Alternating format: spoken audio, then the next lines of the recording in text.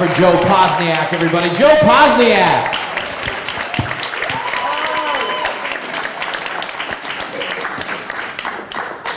That's Michael Posniak, but thanks anyway, Jimmy. Thanks a lot, dude. Let me get this thing the fuck out of my way. All right, I think it's misleading when guys refer to themselves as a chick magnet. You know, it's not specific enough, because for a long time I was a chick magnet, but I was only attracting the crazies. You know, I think they thought I was a talent scout for a mental institution. And once they got a look at me, they would just look me up and down and be like, oh man, I could torment the hell out of that guy.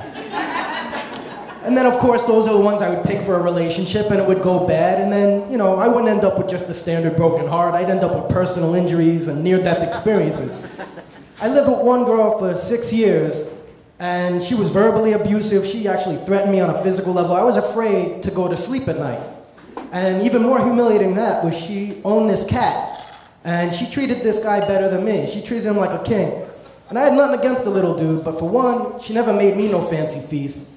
Two, she never called me any cute little pet names, and I would have liked a blowjob too once in a while, you know?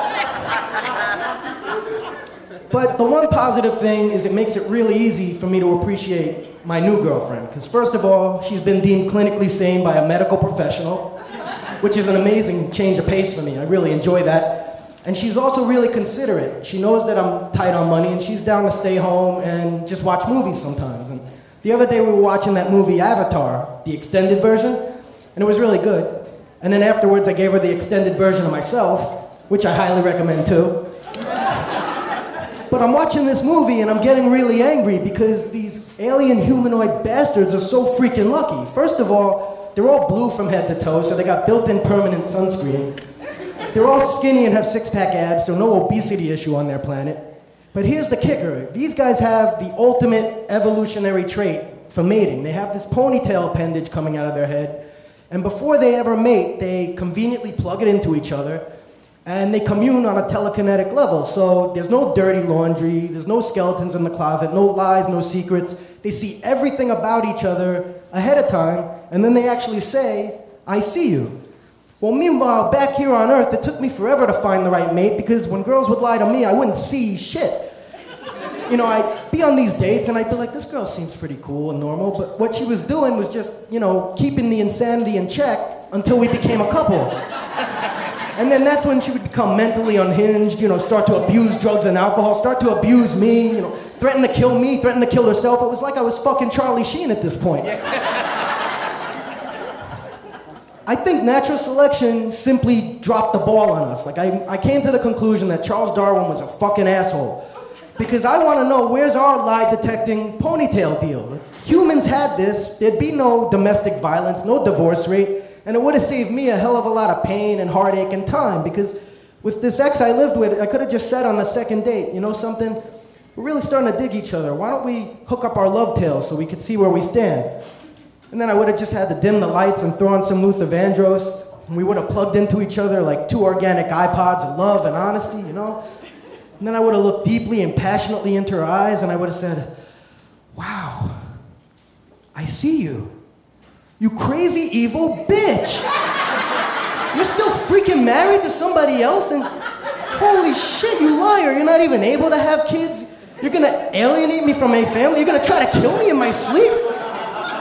Wow, so yeah, listen here, you cold-blooded she-demon. I'm gonna get the check, but I think I'll hold off on the whole relationship deal. I would have got off with just a warning, but no, because this evolutionary breakthrough never went down, for me to figure out this girl was wrong for me, I had to experience 6 whole years of the interactive version of the movie Misery, starring Kathy Bates and myself. And here's another travesty of justice. You know, I love my new girlfriend so much, but because all her ex-boyfriends were selfish when it comes to oral sex, the first couple of dates we had, she was really convinced that all guys are like that. And let me tell you something, people, that's bullshit. Why should other guys' selfish-ass behavior reflect poorly on an orally proficient fella such as myself? You know? So I want to take this opportunity to say this to all the guys here in the room who, like me, are indeed down to go down.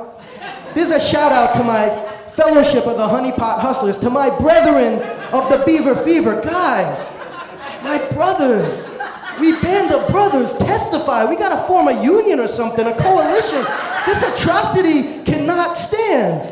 And this is America. There's an opportunity here because President Obama has been encouraging us to start new businesses so we could create more jobs. Well, I have a juicy business concept. It'll put thousands of guys to work, and it'll save the US economy. This would be my commercial. Check it out.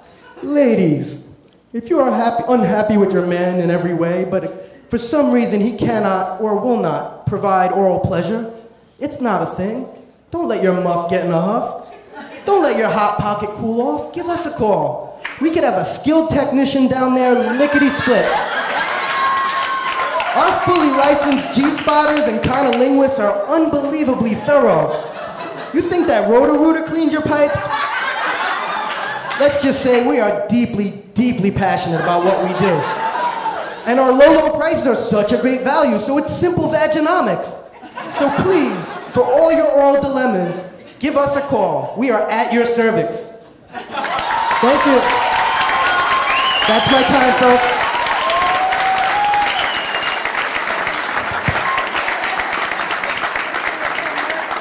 Michael Posniak, come on, Michael Posniak.